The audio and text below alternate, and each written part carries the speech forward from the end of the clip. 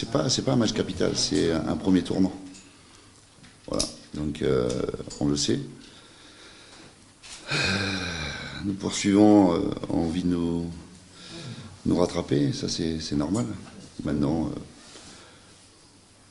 je pense que les joueurs sont prêts à ça. On l'a senti cette semaine.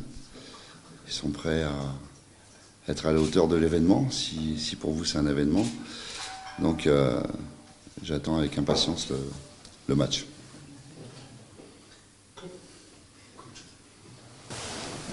Bonjour, Assaïd Aïssa. Vous venez de dire que c'est un premier tournant. Ma première question, c'est pensez-vous pas que vous avez raté plusieurs tournants depuis le début de la phase retour? Ouais. Deuxième question, j'aimerais revenir en amont et parler des deux confrontations face à Biskra. Oui. On dit souvent que la première mi-temps est pour les joueurs, la deuxième pour les entraîneurs. Ouais. Vous avez eu un aperçu de Biskra en match de coupe. Oui. Et j'ai l'impression, c'est mon avis, que les enseignements tirés n'ont pas été trop bénéfiques. Moi, j'aimerais bien que vous fassiez aussi votre métier par rapport à tout ce qui peut se passer autour du football algérien. Vous savez de quoi je parle, d'accord. Maintenant, si on doit lutter contre des forces invisibles, ça devient compliqué. Moi, à Biskra, on a fait le boulot. Au pire, on doit repartir avec un 0-0. Au pire. Deuxième mi-temps, on a eu les occasions. La différence, comme on disait la dernière fois contre le Net, il faut mettre les occasions. C'est tout. Il faut mettre les occasions. C'est tout. Biskra, on a un fonds de commerce, nous. C'est jouer. Est-ce que vous pensez sincèrement qu'on peut jouer au football à Biskra? Juste l'état du terrain. Juste ça. Moi, je me pose la question. C'est impossible de jouer au football à Biskra. Tout le monde le sait. Biskra, vous changez de tactique. Vous allongez, vous pressez, vous jouez le deuxième ballon. On a fait comme tout le monde. Toutes les équipes qui vont à Biskra, on joue de la même façon. Ça passe ou ça passe pas, ça casse, peu importe. C'est comme ça. Maintenant, il y a des choses, moi, qui me dérangent. Voilà. Est-ce qu'on était à la hauteur? Non, ça aurait pu nous consolider. Mais ça ne va pas nous foutre en l'air. On a loupé une marche, à nous maintenant de réagir. C'est comme ça. Et quoi qu'il se passe contre la JSK, on gagne contre la JSK, vous allez me redemander de refaire la même chose le prochain match. Donc c'est une répétition d'événements. À nous d'être à la hauteur. On a parlé avec les joueurs. On a envie de se racheter. Quand je dis nous, c'est le staff et les joueurs. On a envie de se racheter. On a envie que le public soit derrière nous demain. Et voilà, en parlant avec les joueurs, nous on va jouer pour le public. Demain, on va jouer pour le public. Aux yeux du public, on a besoin de se rassurer. Se rassurer, non, de faire plaisir au public. C'est même pas de se rassurer, c'est de faire plaisir au public. De montrer qu'on est capable de faire mieux, que ça peut être un accident. Voilà. Maintenant, à la phase retour, j'ai fait 3 matchs en championnat, c'est ça? 3 matchs en championnat. Kaba, Nagra, Ned, 4 matchs, voilà. Sur tout ce qu'on a fait, je pense qu'on essaie de faire. À chaque fois, on fait le meilleur, d'accord? Comme je le répète, on a un fonds de commerce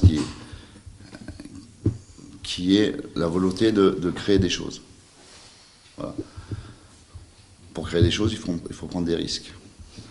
Il faut être performant. Offensivement, il faut finaliser nos intentions. Voilà. Et quand on ne les finalise pas, on n'est pas à l'abri d'une erreur d'un défenseur, d'une erreur d'arbitre. On est à l'abri de rien. Mais on va continuer comme ça.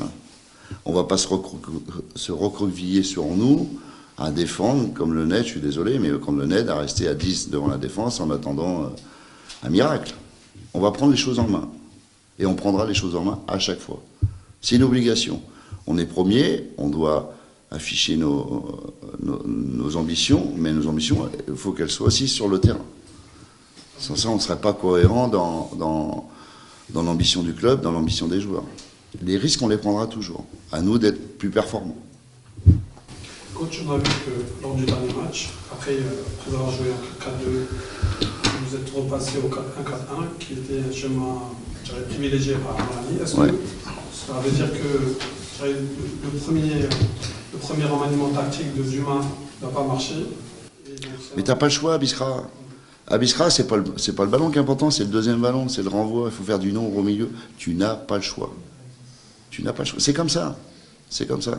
C'était ça. Oui, alors vous pouvez me critiquer parce que ça n'a pas marché. Et je le conçois. J'ai pas de problème là-dessus. Mais je n'ai pas le choix. C'est comme ça. Au pire, j'aurais pu faire un 4-6. Et puis après, amène que pourra. Voilà.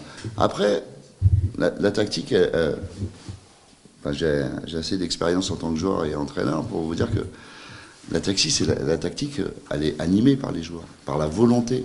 Je ne doute pas de la volonté de mes joueurs, bien au contraire. Mais on a une équipe qui est joueuse, d'accord?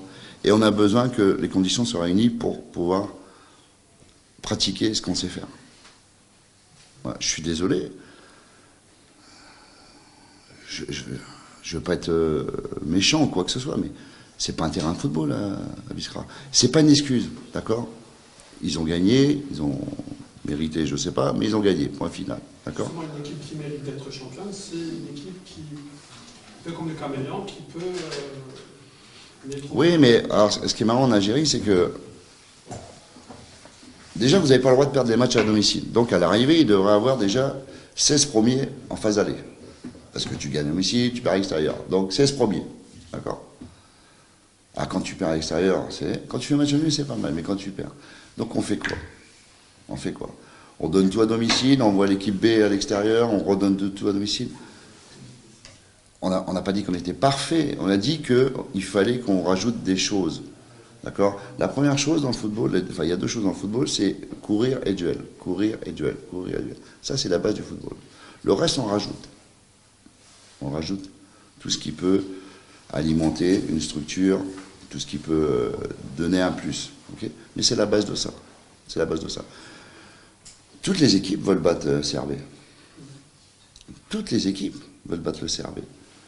Et ce que j'ai dit aux joueurs depuis que je suis arrivé, j'ai dit, voilà, préparez-vous, à chaque fois que vous allez rencontrer une équipe, c'est le match de l'année pour l'équipe adverse. Vous êtes premier, on est premier. Ils veulent vous marcher dessus, ils veulent vous battre. Quels que soient les moyens, ils feront tout pour vous mettre en difficulté. À vous d'être à la hauteur de l'événement. Je dis parfois, il faudra savoir dégager en touche, dégager dans la tribune. C'est ça être efficace. C'est ça être efficace. Mais par contre, je n'enlèverai jamais notre front de commerce qui est l'envie de jouer et de faire, parce que c'est notre ADN. Si j'enlève ça, on devient une équipe, mais plus que quelconque. Pour moi, s'il suffisait juste de faire ça, vous avez vu le match Chelsea-Bayern, non? Chelsea a voulu imposer un rythme, des duels durs, jouer en contre, ben, voilà. Bayern, il n'y a pas de problème. Mais nous, on va rajouter quelque chose. Et puis, ça fait le match que j'ai regardé. C'est voilà. Le retour de Belhawela, est-ce que vous estimez que c'est un plus? Lui qui a déjà marqué en finale contre la JSK, l'année dernière, un doublé, avant les incidents du match. Voilà, le match allait plutôt, voilà, avant les incidents du match. Est-ce que vous estimez que c'est un plus important pour l'équipe avant d'affronter la JSK? Moi, je pars du principe que si le joueur il bosse, il doit venir avec moi. D'accord? On a eu des malades, bon, on a toujours des blessés. Mais la base de ça, il suffit simplement de choper les joueurs, de les rentrer un peu dedans. Okay? Parfois, ça prend du temps, parce qu'il y a une confrontation. Et puis parfois, le joueur, au bout d'un moment, il réagit. Et cette semaine, tout le monde a super bien bossé.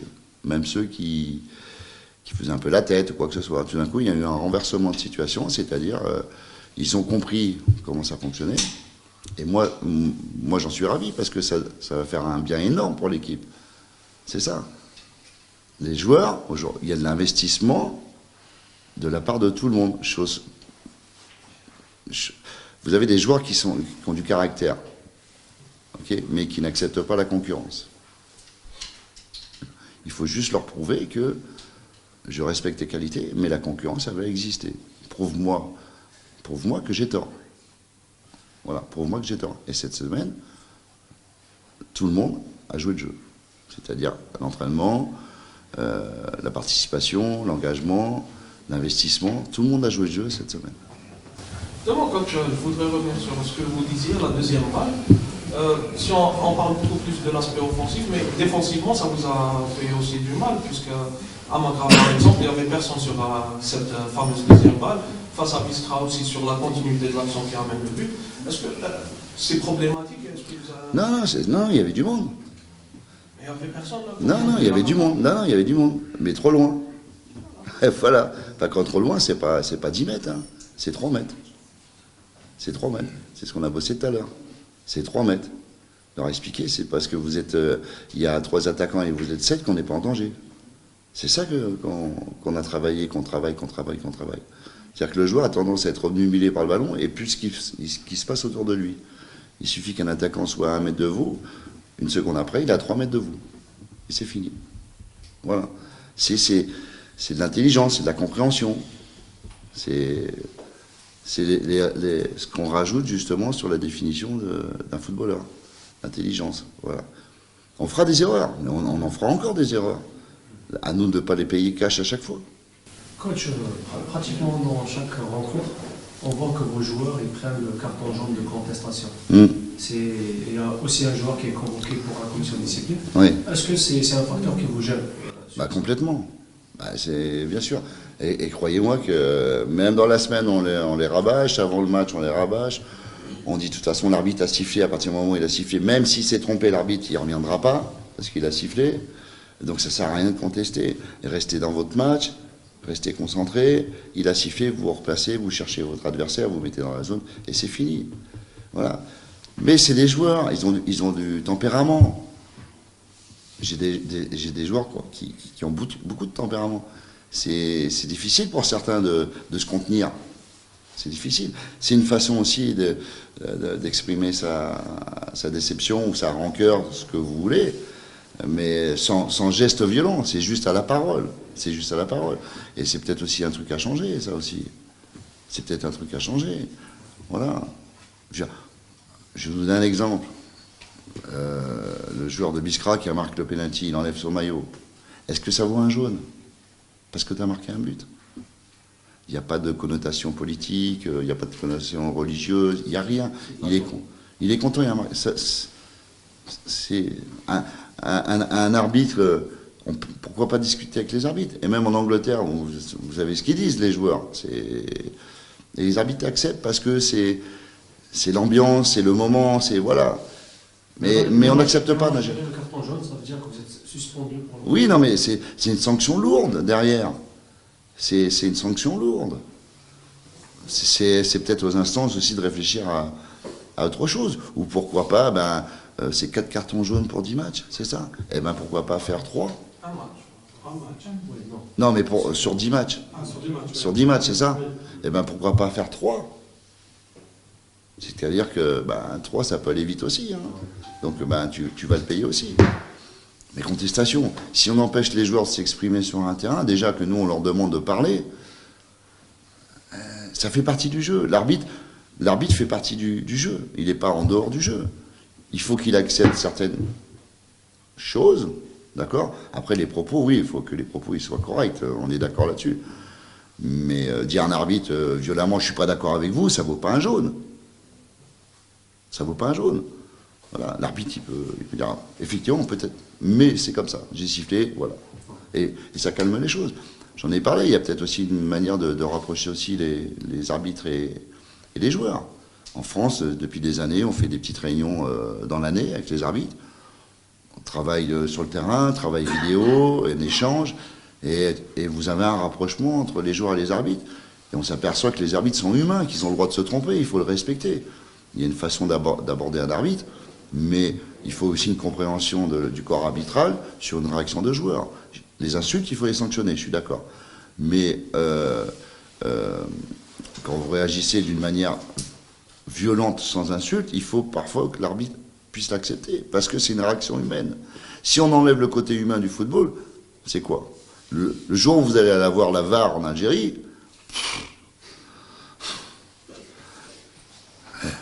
il y en a qui vont être pauvres. Hein. Coach, ressentez pas une certaine pression par rapport Non, arrêtez avec cette putain de pression, putain, sérieusement. Écoutez, mais c'est normal, ils jouent le jeu, d'accord? Les joueurs, à part, je l'ai dit, à part les équipes qui sont montées en première division, qui jouent le maintien, c'est normal, d'accord? Maintien est mieux. Tout le reste se prépare pour être premier. Là, le CRB a tout fait pour être premier. Allez où cette pression? Parce qu'en fin de saison, quand le championnat sera terminé, la saison prochaine va commencer, qu'est-ce qu'on va demander au CRB? D'être premier. Donc, c'est une répétition. Pourquoi on aura une pression? Il faut juste l'accepter. Il faut simplement comprendre pourquoi le CRB a été premier aujourd'hui. De quelle manière le CRB a été premier aujourd'hui. Il y a eu des victoires du CRB chanceuses. Il y a eu des défaites où ils n'auraient pas dû perdre. Voilà, ça fait un équilibre. Mais le pourquoi, comprendre le pourquoi. C'est ça un joueur professionnel. C'est ça. Tirer dans le même sens. Je fais la gueule parce que je joue pas, je fais la gueule parce que je suis sur le banc. Pas de problème, je vais montrer au coach cette semaine que pour le fait qu'il m'ait mis sur le banc, je ne le mérite pas. Vas-y mon grand, fais-moi voir ça, pourquoi j'ai eu tort. C'est tout ça. L'objectif, il est... Demandez à tous les joueurs. Moi, je ne connais pas un joueur. Pour un CRB, Mouloudja, GSK, Constantine, Saora, Sétif. Bon, cette année, un genre, non, ben, ce serait bien si on serait quatrième. Ah bon, les premiers? Ah non, pas premier, trop de pression, les premiers. Ah bon, mais vous jouez pour professionnel pour être quatrième. Presque tous les joueurs du championnat algérien, ils disent la même chose. Premier? Non. Quatrième? Quatrième, cinquième. Ah, c'est bien. Entre vous. Bah, le maintien, c'est autre chose. Non, même si... Même maintien, d'accord. Bon, alors, aujourd'hui, officiellement, on a assuré le maintien. À 36 points. Et si on peut faire mieux, on ne va pas se gêner. C'est ça. En fait, c'est ça. Non? C'est vous qui avez dit tout à l'heure, j'ai préparé les joueurs psychiquement. Oui, non, mais par rapport à ce que vous venez de dire, donc, si je vais dans le même sens que peut penser un joueur algérien, c'est qu'aujourd'hui, officiellement, le CRB est maintenu en première division. On a 36 points. Voilà, on a fait le boulot. Maintenant, on va essayer de faire mieux. Coach, vous avez dit que... Je rigole, mais c'est... Pardon. Il y a eu des mécontents pendant la semaine. C'est peut-être dû au changement que l'équipe type a connu depuis... Non, ça n'a rien à voir. Non, ça n'a rien à voir du tout. Comment expliquez-vous justement ces changements pour un joueur qui se retrouve, qui est titulaire et qui, voilà, d'une semaine à l'autre peut se retrouver... C'est notre 5e match en 14 jours. 5 matchs en 14 jours. Sérieusement. Je peux le faire, mais je suis un barjot. Déjà, je suis respectueux par rapport aux joueurs qui s'investissent à l'entraînement. Et je tue mes joueurs. Je tue l'équipe. D'accord? Je tue l'équipe. À ce moment-là, on demande à avoir un effectif de 18 et on se débrouille toute l'année avec 18 joueurs. D'accord? J'ai la chance d'avoir un effectif riche, à moi d'en profiter. D'accord? Mais encore une fois, il ne faut pas faire la gueule parce que tu es remplaçant, il ne faut pas faire la gueule parce que je ne te prends pas. Voilà. Il suffit... Je viens d'arriver, on ne se connaît pas réellement, les joueurs. Je parle beaucoup avec les joueurs pour les connaître en tant qu'hommes. D'accord? Les joueurs commencent à comprendre qui je suis. D'accord? Je ne suis pas parfait. Loin de là. Mais j'essaie d'être le plus juste. Ça, c'est le plus important pour moi. Le plus juste possible. Pour le bien de l'équipe. Pas pour le mien, je m'en fous. Moi, pour le bien de l'équipe. Voilà. La stabilité de l'équipe du 11 n'est pas un cas de réussite pour vous? Si on espace les matchs normalement, oui, ça ne me dérange pas. Moi, ça ne me dérange pas. Si on espace les matchs, un match, une semaine, on travaille normalement. Si on gagne les matchs, je vous dis, vous n'avez même pas besoin de marquer qui jouera, vous saurez qui jouera. Mais ce n'est pas ce qui s'est passé sur les 5 derniers matchs. 8, 12, 17, 22 et aujourd'hui. Voilà. Est-ce que c'est vraiment un match spécial pour vous? Vous avez joué contre la Non. Ancien club? Non, moi c'est pas Melal contre Dumas. Hein. C'est CRB contre JSK. Faut pas. Non mais faut pas se tromper. Hein. Pardon. Ce sera tout de même Dumas contre Belal. Non, mais ça, c'est vous, c'est pas moi. C'est tout le monde qui attend votre nouvelle confrontation. Bah, moi, j'ai déjà eu à Borges, donc Bah oui, mais je suis... c'est pas la même chose, coach. Avec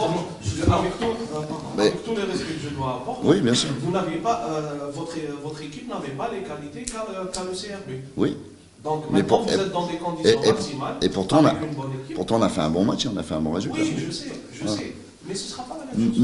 Mais si, c'est la même chose, parce qu'on m'a posé la même question quand j'étais à Borges. Oui, alors c'est Dumas contre Belal. Non, c'est Kaba contre JSK. Mais au fond de vous, coach, Ouais. vous n'aurez pas un sentiment de jubilation si vous gagnez 4-0 comme vous l'avez fait avec Borges? À ton avis. Non, très honnêtement. À ton avis. Ah, tu sais. La question, tu me donnes la réponse, bien sûr. Attends, mais c'est humain. Mais je veux dire, mais par contre, sur l'interprétation, sur la présentation du match, il ne faut pas se tromper. C'est ça. Bien sûr. Voilà. Bien sûr. Mais ce sera tout de même un Dumas contre Belal, un petit match. Ça sera les conséquences. C'est tout. Mais donc, je fais une procuration à mes joueurs. Dernière question. Coach, juste pour finir, vous avez parlé des partenaires invisibles. Non, oui, voilà. Parce que Ne rentre pas. Oui, vas-y. L'arbitrage, on a vu ce qui s'est passé à Oui. Biska, 8 minutes d'intergérisation. Ouais. Où l'équipe a été déstabilisée. Est-ce que ça influe sur un résultat, sur l'esprit de votre équipe? Les erreurs comme ça. Je crois que l'arbitre a été sanctionné. Oui, je crois, avec l'arbitre de touche. De Biskra. Hein? Bah si, j'ai reçu le...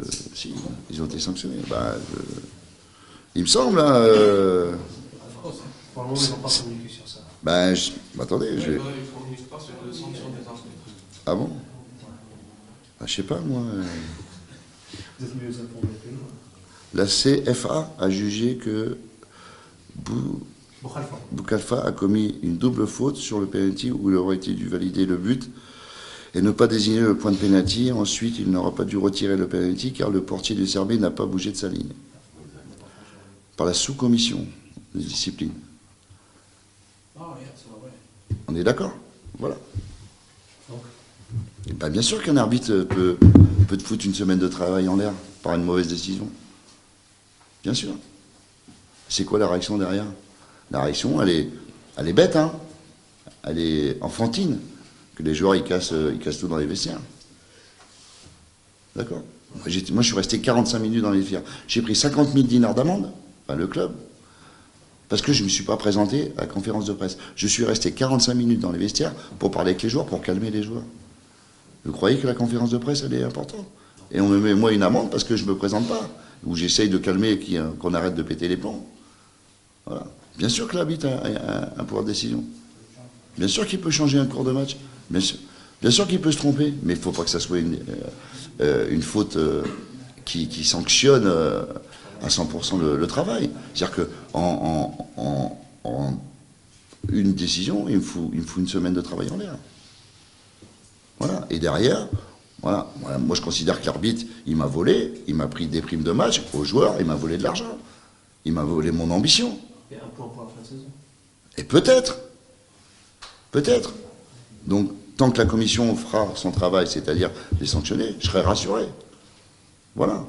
Il faut que je fasse attention à mes propos, parce que je dénigre pas l'arbitre. Je dis qu'aujourd'hui, l'arbitre a un pouvoir, à lui de s'en servir intelligemment.